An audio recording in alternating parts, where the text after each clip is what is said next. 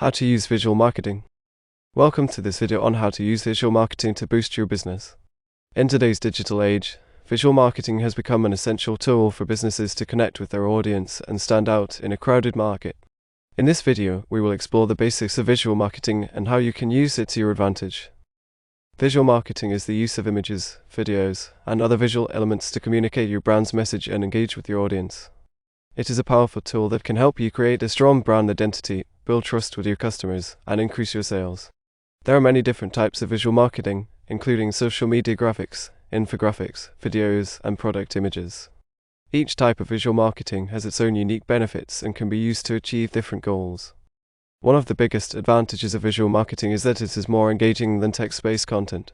Studies have shown that people are more likely to remember information that is presented visually, and they are more likely to engage with content that includes images or videos. Visual marketing can also help you create a strong brand identity.